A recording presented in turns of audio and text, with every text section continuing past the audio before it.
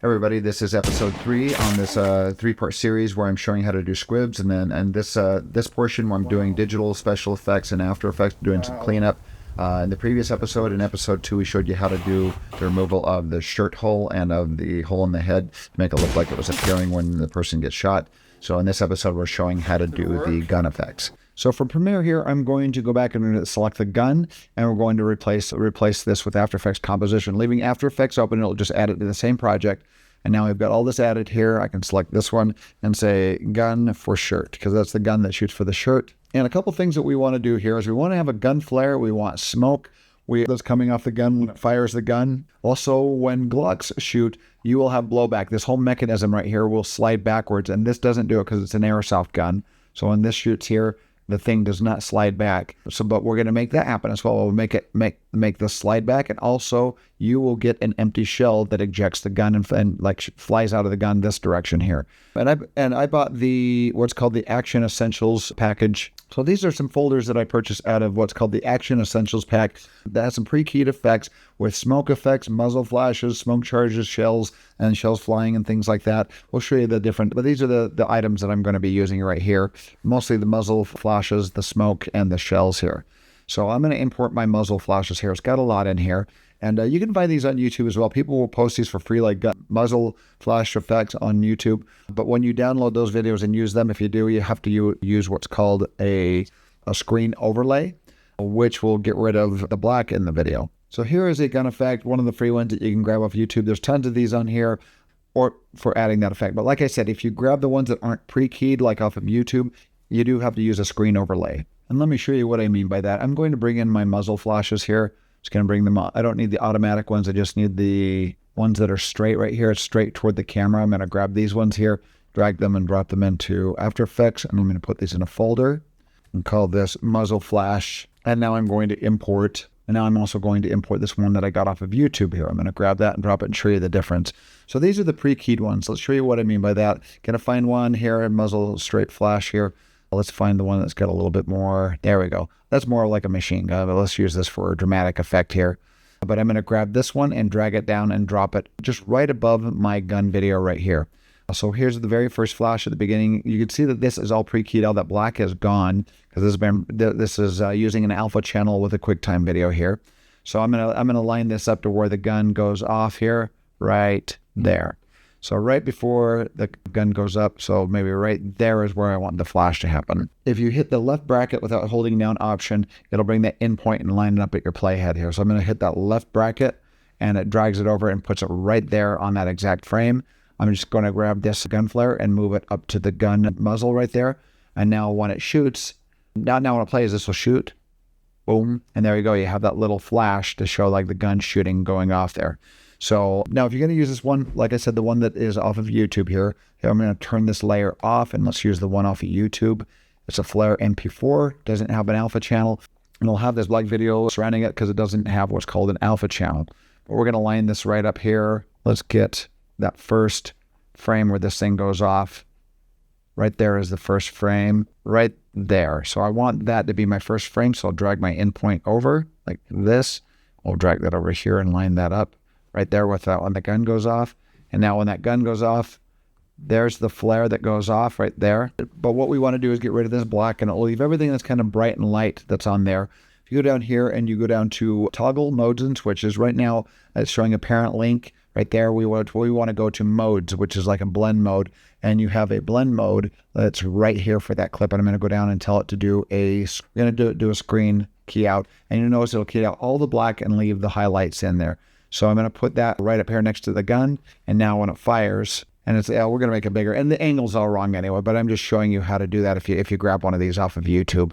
And now you can make this bigger, put it like right there on the tip of the gun, right there. And now when it fires, and that one fires several times. So you'd have to cut that off right after the gun shoots before it shoots a second time. Like right there, we'd have to do an out point. So Option left or right bracket. And now, but the smoke just quickly disappears. But we're going to cut away from the gun before it even does that anyway. So there you go. And so that's the one off YouTube. I'm just going to get rid of that because we've got the one that's pre-keyed that works just fine. Turn that on and boom. There you go. I'm going to move that one frame down because it seems to be one frame delayed after it shoots. So there we go. Boom. That looks better. Cool. Okay, the next thing we're going to work on is making this little back mechanism, the top part of the gun that slides back and forth to load the next bullet and to discard the current casing that just got fired. So I'm going to turn off my flash here, just turn that off temporarily. We're going to select the bottom and just call this one plate to be the bottom shot.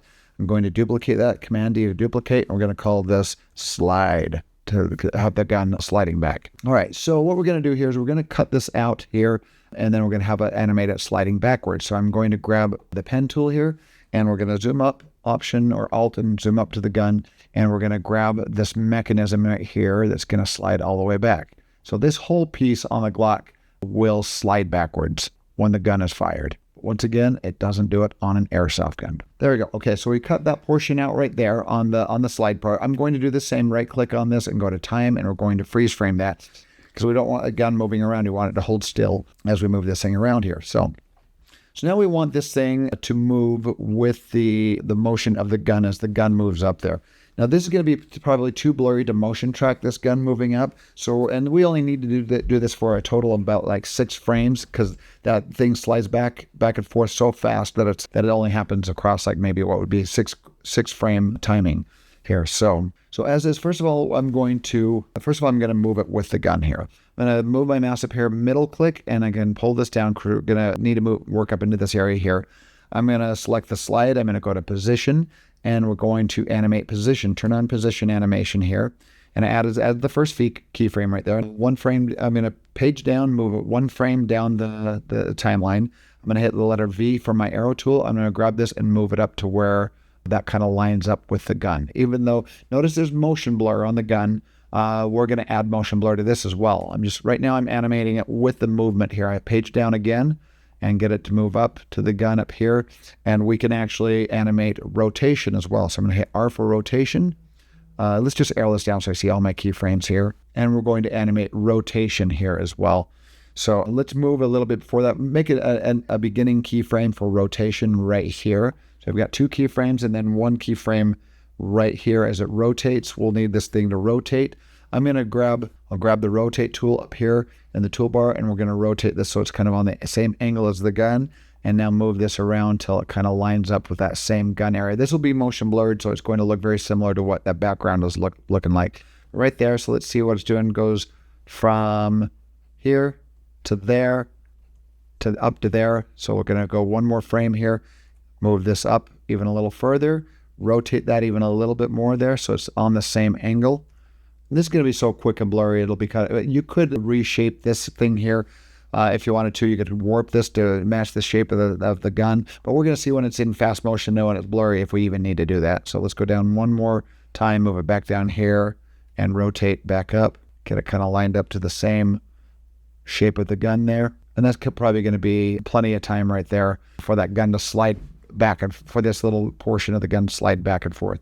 So let's kind of take a look at this and see how it looks. It's not looking great, but it's kind of following the general motion, and that's probably going to be long enough. Let's go ahead and turn on the motion blur for this. Anytime it has frantic movement like this within the image, you can make it motion blur as it moves quickly here. So we're going to go down to toggle switches and modes, put it back to this here, and this little item right here, this is your motion blur option we're going to turn on. And you can see that just went way out of focus because now it detects that this thing is being moved quickly. And look at that, it's like a big motion blur right there. Let's look at it in regular motion. This thing is going to be gone before you know it, but let's just make sure, yeah, right there is where it turns on. Let's make this thing turn on just right there, right on that frame. So now it's gone, but right there it starts, and that's right where the flash happened. So that's going to kind of hide it for us a little bit, but that looks like it does okay there. It's going to be done by the time it reaches my end keyframe here. We'll show you what I'm talking about. Okay, so now what I'm going to do is I want to make that gun slide back and forth. Like it goes quickly to the right and goes quickly to the left to empty the shell and to load the new bullet. So we're going to make it look like it does that. So I'm going to right click on this. We're going to pre-compose it so this puts it in its own composition. We're going to move all the attributes to the new composition. So that means we're not going to mess up the keyframing. It's embedded within this now because I'm going to do some new keyframing, but I don't want to screw up the current keyframing, so I put that under a pre-comp, which now leaves that alone in its own composition, and now it acts like that's a standalone flip. So now let's go down to our position here under transform, and we're going to turn on our keyframe right here. and this is right when it shoots. I'm going to make that thing within 2 keyframes. We're going to have this thing kick back, slide back a little ways like this. And now we're going to go down 2 more keyframes and have it slide back to the position where it was right there. And then we'll have the gun end, we'll have this one end right here. So I'm going to hold down Option, do a right bracket, and we'll end it right on that frame. So now it disappears. Now it kind of cocks back like that. And I could warp that a little bit because it changes shape as it moves up. That's not the greatest, but that with the smoke and everything else we're going to put on it, that will kind of hide it. So let's turn on our muzzle flash and see how this is looking so far. And it's very subtle, but the gun kicks backwards like that.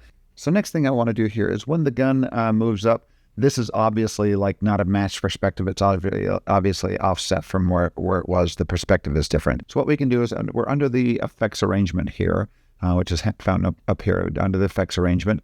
And we're going to type in mesh in the search engine here and get the mesh warp. And add the mesh warp to the slide here. And it brings up this little mesh thing here. And we're going to change the perspective as it moves from right here to when it's moved up right there, because we want that to look like it's still sticking to the perspective has changed as the gun lifts up in the air, but this freeze frame does not change. So we're going to kind of force mesh change that so it doesn't look so fakey there. We're going to go down to our slide here. We're going to open up the effects and open up the mesh warp here. Run the mesh warp, and I'm going to animate distort mesh. I want to start here. I want it to be exactly where it's at for this shot right here, for that frame right there. So I'm going to turn that on, and now I've got the first animated frame where the gun just stays right there. And I'm going to page down maybe 2-3 times. Right here is where it kind of goes really off kilter. So I'm going to go right there, and I'm going to grab the mesh, and I'm going to move this up. I'm going to make the back of it still look like it's kind of going behind the gun because it's sliding back, so maybe exaggerate it a little bit more. And then I'm going to grab the tip up here and move it up a little further, grab these little corners and kind of move that up and change the distortion on this. We want it to match the back of the gun here. So we're going to keep mesh warping this until we get it to kind of fit right about there. And then when we have it go back down, we want to have it match the perspective here again, right about there. So what I can do is grab this keyframe.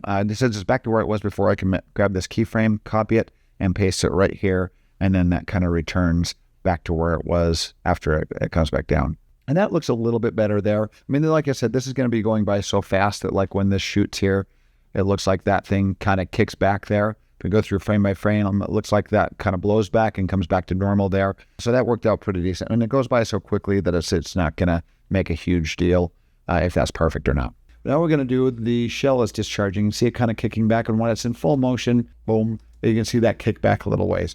So it's very subtle, but just something that kind of adds to the realism of the gun firing. So the last thing that we want to do is the Action Essentials pack will actually make bullets that rotate, or the shells, the empty shells that rotate, an animated rotating shell image. Let's go here. We're going to grab these clips here, the shell rotating, drop them in here. In After Effects, I'm going to make a folder for them and call these shells. So I'll arrow the shell down and find one that's none of these are 9mm like they have in a Glock, but this is going to be, it's going to go by so fast that we're not going to be able to tell what type of shell this is. But we're going to have this shell that's rotating here, flying out of the gun here. So we'll grab that and we'll add it and put that below the muzzle flash right there. All right, so now we want to have this bullet right when it fires. We're going to have this bullet eject from the gun. It would do it from the right-hand side of the gun. So we're going to have it come from this side and shoot out, going this direction, and just fly up into the air here. We want to make that about the right size, so I'm going to bring this down here. We're going to scale that down to the right size. I'm going to grab the corner and hold down Shift to lock the proportions, maybe about like that big right there, flying out of the gun there. And it'll be on the right-hand side. We're going to cover it up here in a second. So let's animate that. So we're going to go down under the bullet here, or under the shell, and we're going to turn on positioning, and we're going to make this maybe a 4-frame animation of the bullet going from here to out of the shot right there. And we can even make that a little bit longer. Let's see if that kind of looks natural, the speed. Right now it's going to look very fake. But that actually looked pretty good. Flying out of the gun there, you can see it fly. The flying out of the gun, that looks fairly natural right there. The speed does to me, is what I'm talking about. So boom, so it flies up out of there. So one thing that we can do here is we could turn on the motion blur.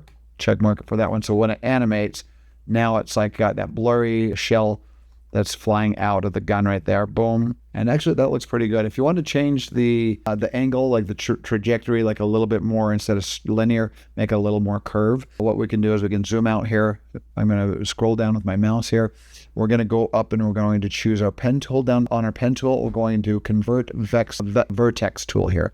This will change these things to Bezier curves here. I'm going to click on this one and it will add this little node right here, and it makes this little node to make more of a curve shape. We'll do it down here as well and grab this little node right there and make it more of a curve. There we go. So now it looks like it's curving, like it's going to fly out and fly down to the ground or something. So there we go. Okay, let's take a look at that. I've got the bullet spinning there, so we don't need it until right here. So I'm going to turn this on. I'm going to do Option, left bracket, and put an endpoint right there. And now the bullet flies out of the gun. We could even make it happen like 1 frame later, maybe. Oh, that looks pretty good. Let's see. And it shoots out there. Probably need to do it a little bit faster, so I'm going to pull this keyframe. Let's try it 1 frame closer. And that looks pretty good. 1 frame closer, see what that looks like. That looks pretty good. It goes so quickly you can barely, but you can see that something flies out of there. But this first one looks like it's a little too low, so we're going to start that up here a little higher, like right there. So there we go. There, that looks pretty good there. Boom. And then if you wanted to add something like some smoke to the gun, we can do that as well. So what I did for the smoke is I didn't have quite the right type of smoke that would work, that looked good on the gun with my Action Essentials pack. So I went to YouTube and just searched the gun smoke effect, and this first one that brought up is a perfect little smoke effect right there, kind of nice and subtle. So I just downloaded this from YouTube, and then I imported it into After Effects here. So let's import it into After Effects. There's the one I renamed, added from my download there, add it to my assets here, and we're going to grab that and drag it down and just put it on top of everything. I do want this to start right when the gun flare hits, so I'm going to move it right here to... that's where the gun flare starts, right there where the gun shoots off. And if you hit your left bracket, it'll move that. You can either drag this whole thing over. I like the shortcut, which is just the left bracket alone. That will move the beginning of this clip to your playhead right there.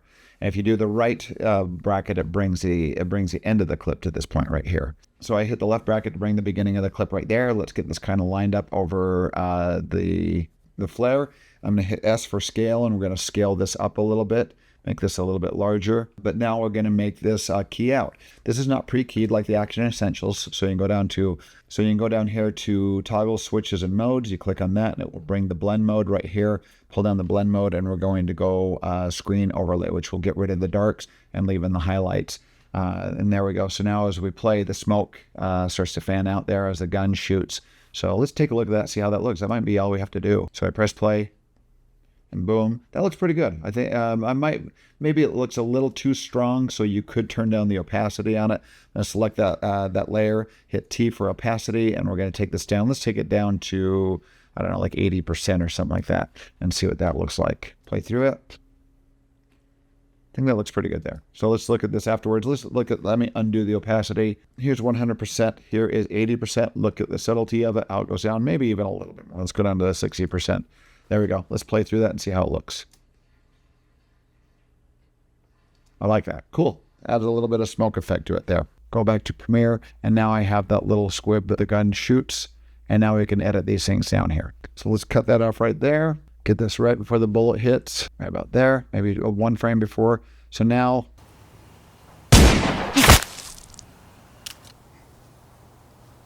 and that looks pretty darn good. Cool. And then I would do the same thing to the gun, aiming in a different direction to shoot for the headshot here. If I didn't want to do that, let's just roll this. Just going to go in Premiere. We're going to add a horizontal flip here. So it aims a different direction so you don't break the 180 degree rule. We're going to horizontal flip that. There we go. Render that. But that's kind of dead giveaway because now the letters are backward on my shirt. But now we got it. We're not breaking the 180 degree rule where it shoots right there, but the bullet actually flies out of the wrong side of the gun now, out of the outside of the gun. But here's our shot.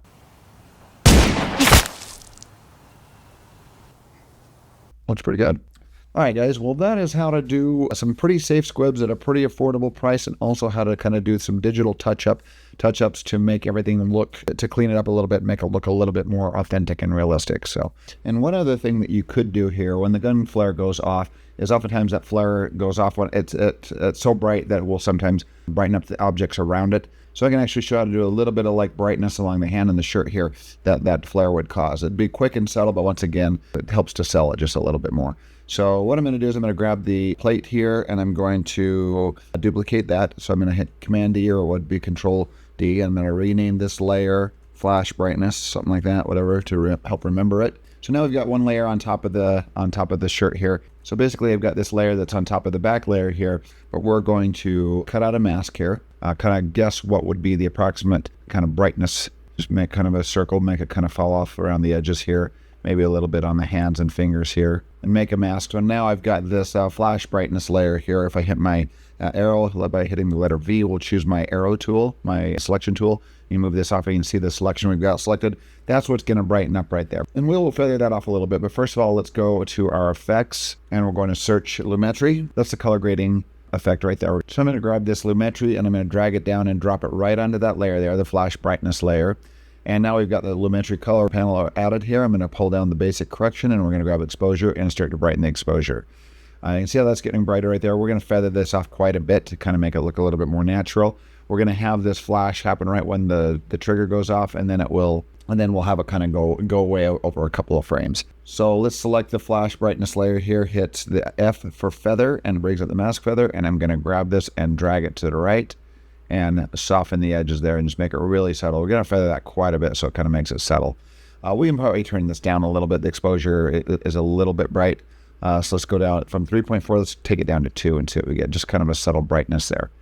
So let's look at the before and after here. So that's before, that's after, just a little brightness here. But we want that to start, right now this is lasting the whole time here. So we're going to move over to the flash, right where the flash happens. And we're going to start it right there. So I can hold down Option and do left bracket, which would be Alt left bracket on a PC. And now I'm going to hit page down to move down my timeline here and make it kind of quickly fade out over time. We might want to animate the mask right here. Let's see how that looks, just because the hand moves up and now it's bright down here, which doesn't make sense.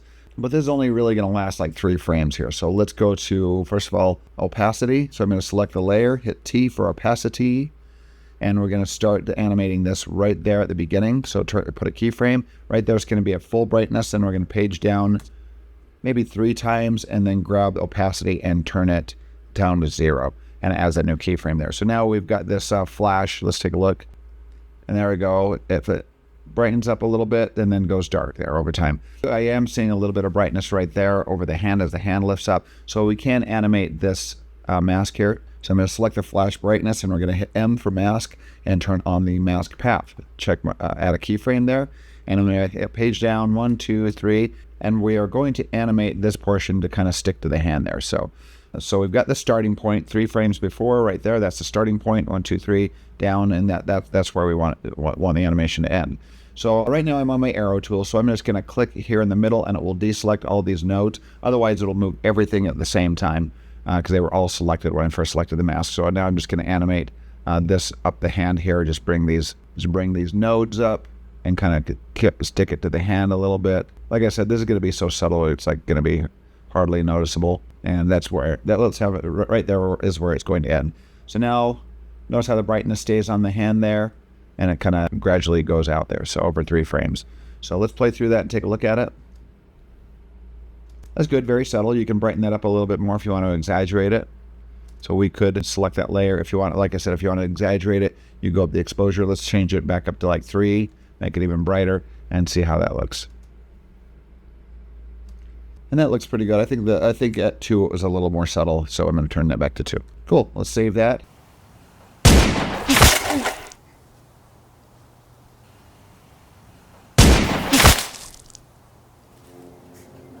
Well, cool. Well, thank you for watching ShinVet, and if you have any comments or questions, please post them.